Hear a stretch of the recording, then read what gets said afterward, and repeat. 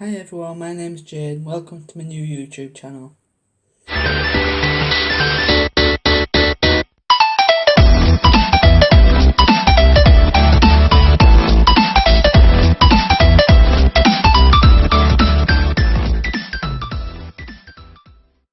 Hi everyone, I'm Jade. Welcome to my new channel. Plans for this channel are obviously to get the word out about trans issues and to try and give some support to other trans people or people that are trying to find themselves, and obviously to give out my journey so far. I originally, I wouldn't say I found out I was trans, but I've always really wished I was, a girl-ish since I was about 6 or 7, but I never really knew until around the age of 13. I'd always, try and play with my sister's toys and everything, and whenever we came to Hull, because we originally lived up north in Newcastle, and whenever we came to Hull to visit my family down here, I would always went to my Auntie Donna's house and tried on all her clothes and played with my cousin's wigs and all that sort of stuff. So, you always had the feeling there. But when I was obviously younger, it was very hard for me to obviously know what it was. I just thought it was weird. I guess a lot of us do at that point in life, but it's a bit hard. And then obviously moved to Hull when I was about 10-ish, and I didn't really know. But obviously I was searching on the internet about all this sort of stuff. I was always wished I was a girl. I used to hang about with all the girls, or try anyways. Didn't really fit in with any boys. I had a few friends that were boys and that, but one main one, probably one of my best mates, bit of a not very good person to hang about with, got into a lot of trouble. But then started doing a lot of research online, and I came across a website called Mermaids. I looked on there for quite a while, just reading up stories and looking up advice, and then I came onto YouTube, and there's a lot of blogs and stuff on there that helped me out with it all. It took me a while to come to grips with this. I eventually told my sister, Stephanie. I think she sort of made fun of me a bit at first, and then I don't think she was really bothered, to be honest. And she knew for a bit, and then she told me mum, I was very nervous, but she was alright with it. And then I was out working with my dad and my sister one night, for a takeaway, and I told her to tell him, so she went in the shop and she told him, and at that point I was like, oh what have I done? So I sort of made up a bit of a story, because she always used to make fun of me and my friends joking on at school and that, so I just thought I just said, oh, it's just something we made up just to annoy my sister, but I don't think she was that stupid. But we eventually started thinking I might as well just ignore it. It might just be a phase, like some people have said on like YouTube. Obviously, a lot of them turned out it wasn't a phase, but I didn't really know at that point, so I just thought it was a phase. So I just ignored it for a bit, and then I started.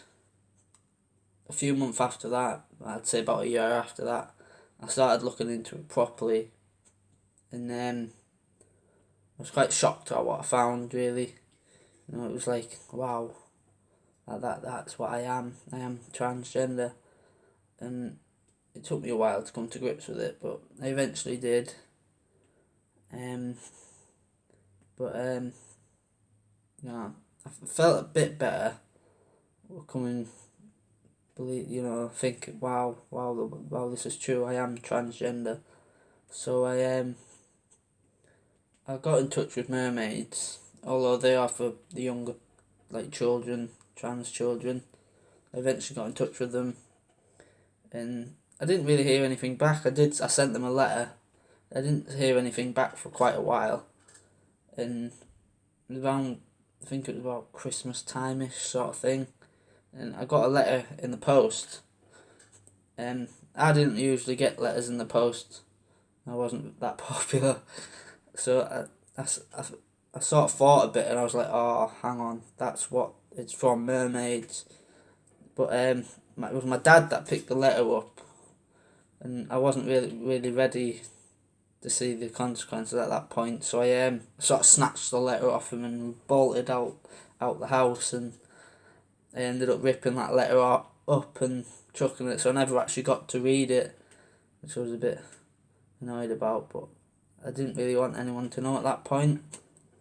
And then I got in touch with a girl, because I was into I just got into horses about this point, and a girl called Megan. She's not very liked now.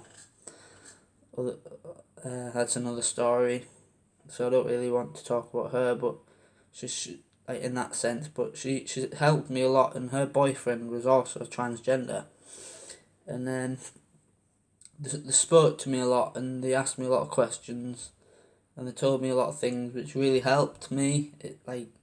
Even think about coming out, that was really hard. And I moved away in 2015 to go up north to live with one of my cousins. I got onto a college course. I had a girlfriend, Shannon,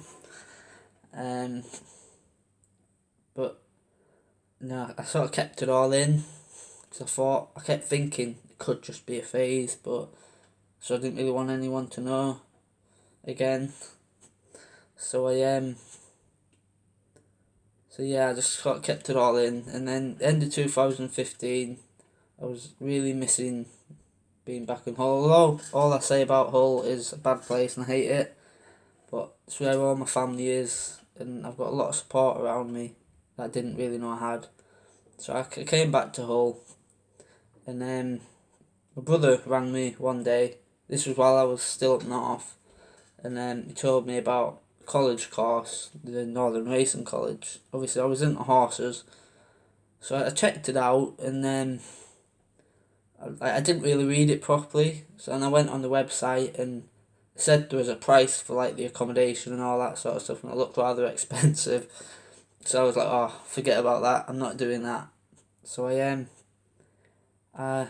got a job at a riding school just outside Wivensea, and that was an apprenticeship, didn't really last very long.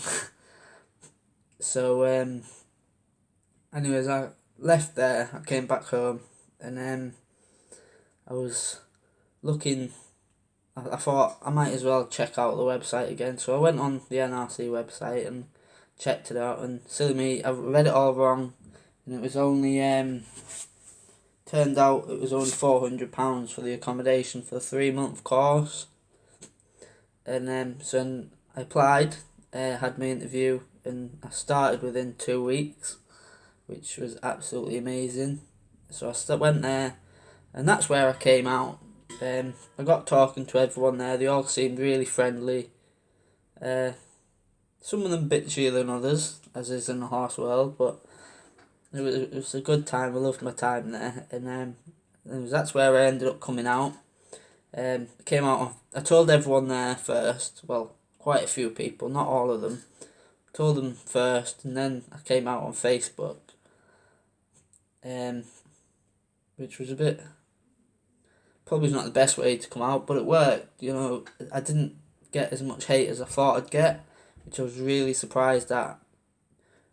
But anyways, I went on with my college course. I finished my college course, and I absolutely loved it. I originally went to get more experience on the challenging horses, but I ended up loving riding out on the gallops. So I went into racing, got my first job in Beverley, just outside of Hull, which originally had a 6-week trial up north, up near Scotland, but I ended up going to Les Ayres and Beverley instead. So I thought I'm in racing. It's mainly a lot of guys in racing.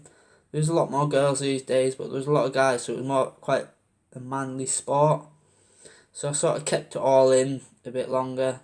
Then I stayed talking to Megan and her boyfriend, and then I kept going to theirs, stopping over a few times, helping out. They were helping me like makeup, and she had an Anna wig from Frozen with like the plaits in, which I loved wearing. It was amazing. She let me try on a prom dress and everything, which I just felt I wouldn't say normal, but myself while I was at their house. And she gave me a load of clothes, and I was really thankful for what she did for me. She helped me, realise who I actually was.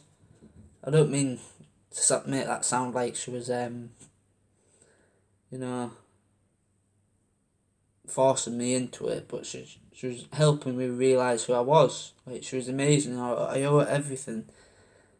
Her and her boyfriend, like, he helped me so much, and he told me about some meetings, transgender meetings in Hull to go to, which I never really got around to doing because obviously I was still in racing and I was very busy at that point. The only spare time I got, I was trying to spend with them and my family as well.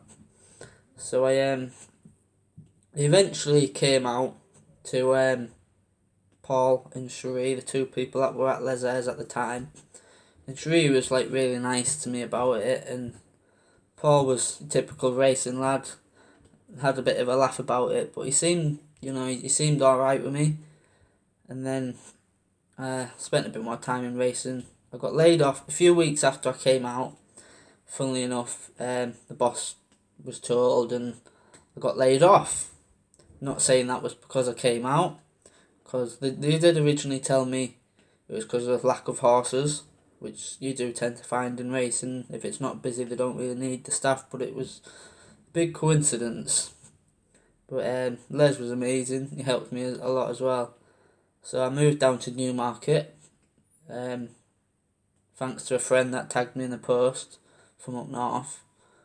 And my life changed a bit. I started riding out there, helping on the tractor, riding between like 4 and 13 lots a day, which was absolutely amazing. Absolutely loved my time down there.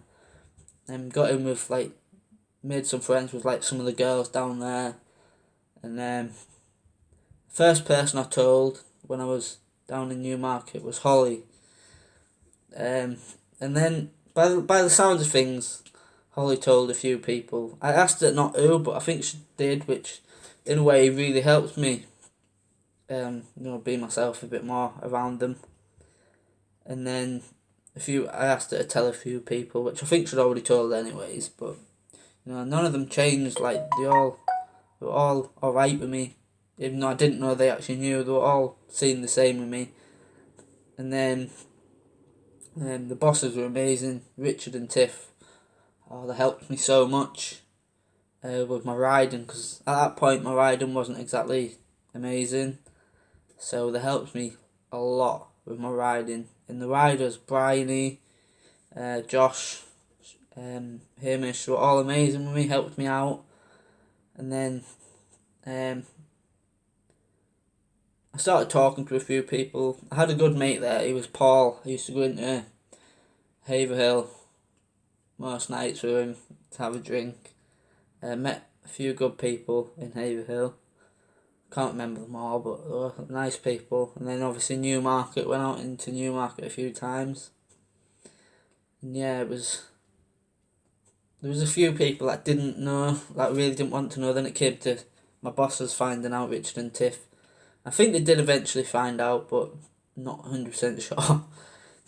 But it took. I think I asked Holly a few times to tell them, but it was. Then I was like, oh no, don't tell them yet, just wait. And then I don't know. I think they did find out. I'm not 100% sure about that, but everything was all right. And then something happened, and I ended up coming back home. Paul rang me when I was back. I was thinking about not going back into racing, but Paul rang me couple of weeks after I got back home, and he asked if I wanted to go back to Les Ayres. So I ended up going back to Les Ayres, even though he laid me off before.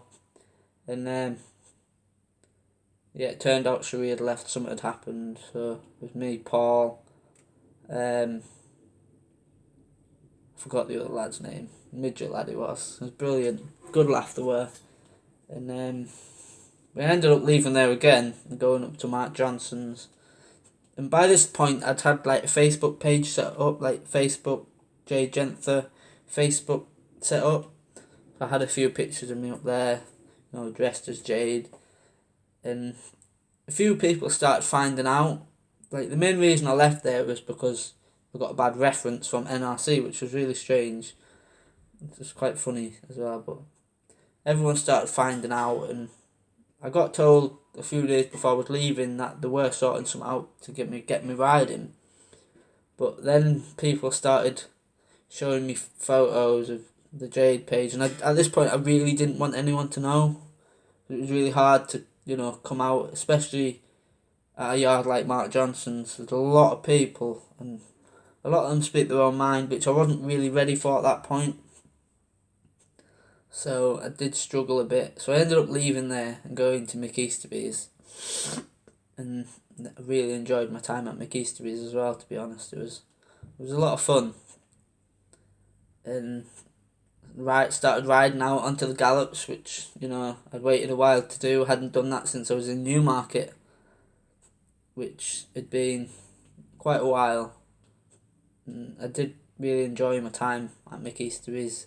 And then I think they eventually clicked on.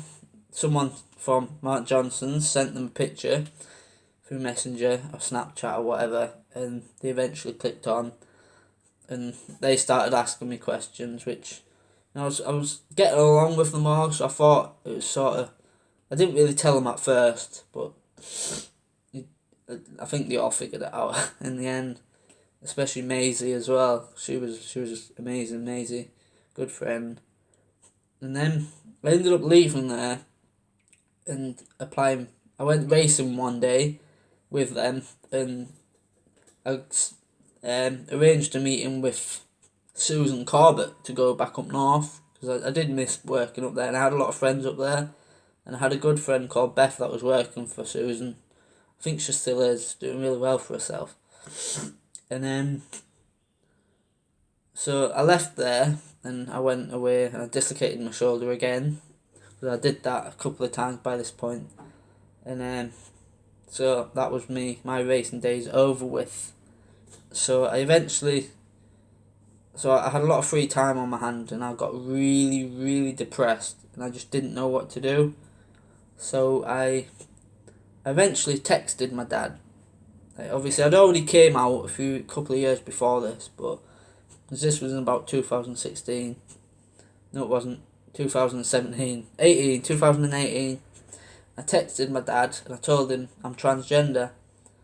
So we got talking about a few things. Obviously, he wasn't 100% for it. Obviously, it was a bit of a shock for him, which, I can agree with.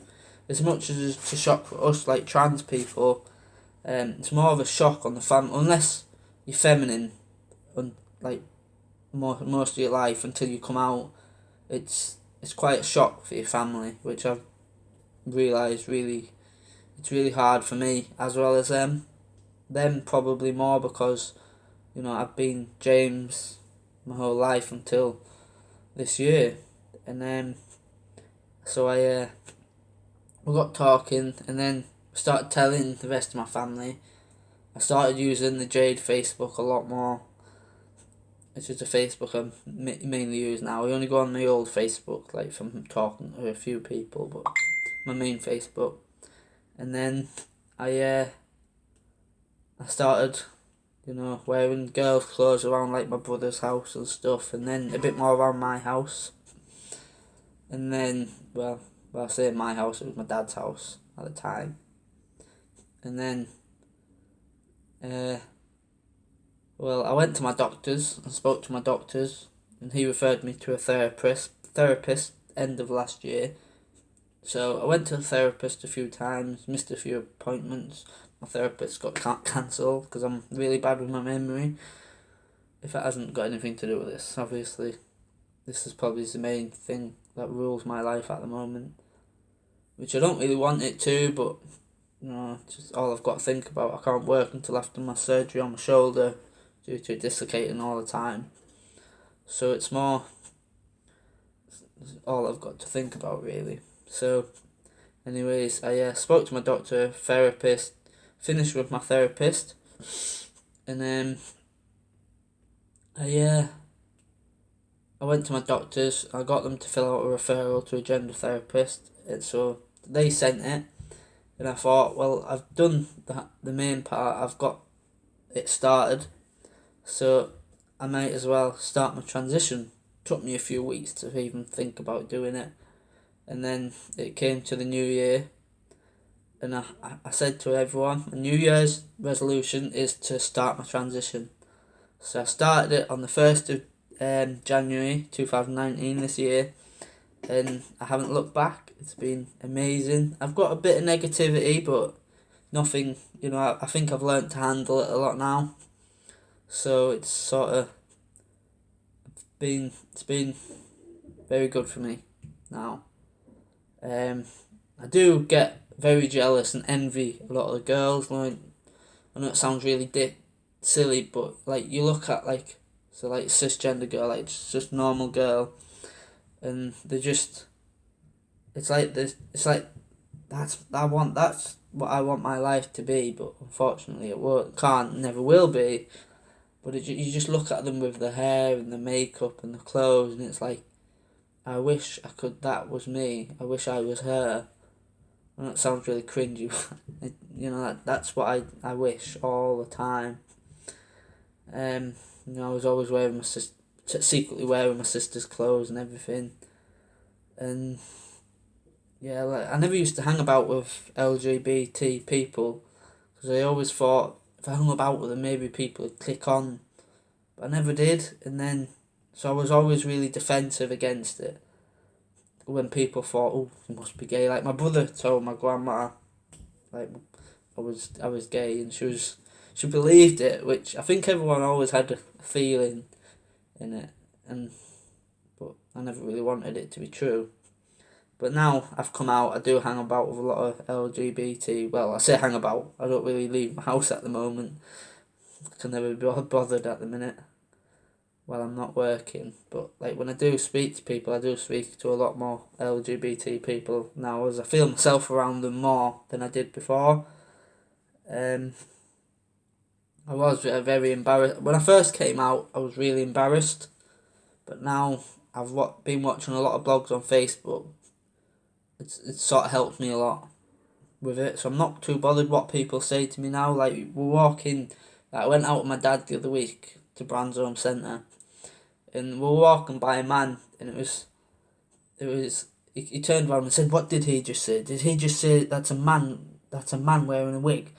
And like I don't even know if he did. I wasn't really listening, but it was. I think I'm more getting annoyed when my dad says, "Oh, a man wearing a wig." It actually puts me down a lot, but at the same time, it helps me a lot as well. Like thinking about, I don't really care what he said. He can say what he wants, but I don't really care. But because I did obviously bottle my feelings up a lot, but now they're not bottled up, and I am who I am.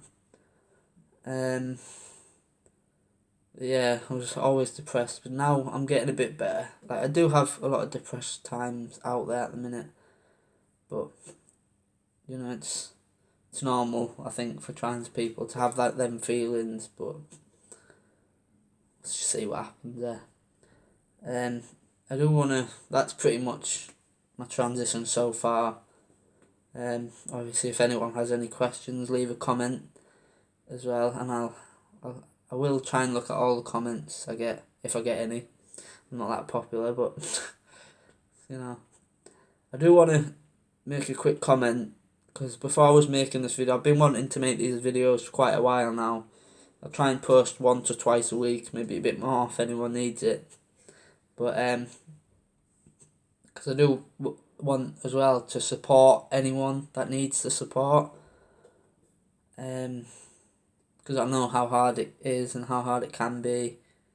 I've struggled a lot, so if anyone needs, advice or anything, I'll try my best to give it to you. I do want to give a quick shout out to Megan Bound, I think that's how you pronounce it. She posted her intro video on YouTube yesterday, and I watched it, and I literally sat down and took notes about stuff to speak about, because I always wanted to do my own blog, like for transition and blog and support, but I've never really knew like what sort of stuff to talk about. And then I asked on Facebook, and my friend upstairs, she helped me a lot about just being myself. So really, I didn't really need this piece of paper with things on. But like during my blogs, I won't just be sitting here in my flat. I'll be, sometimes I'll be out and about. When I get used to recording, I'll be doing live videos as well. But obviously, when I've had my surgery on my shoulder, I will be going back out and getting more work with horses, because I love horses. Can't get enough of them. I think that's the main thing that's making me depressed at the moment. It's making me spend a lot of time at home because I can't go with horses. I've got a good friend called Lucy that's letting me ride her horses at the minute. She's absolutely amazing, is Lucy. Like, as I told her when I first got her, like, you look on her Facebook and she looks really posh. So I was really nervous for when she first met me, because she came and picked me up to take me out to ride the horses. And then she looked really posh, like on her Facebook, and she turned up, and tell you what, she's so laid back, and like I can just be myself around her as well. And she's letting me ride her horse. He's an absolutely gorgeous horse.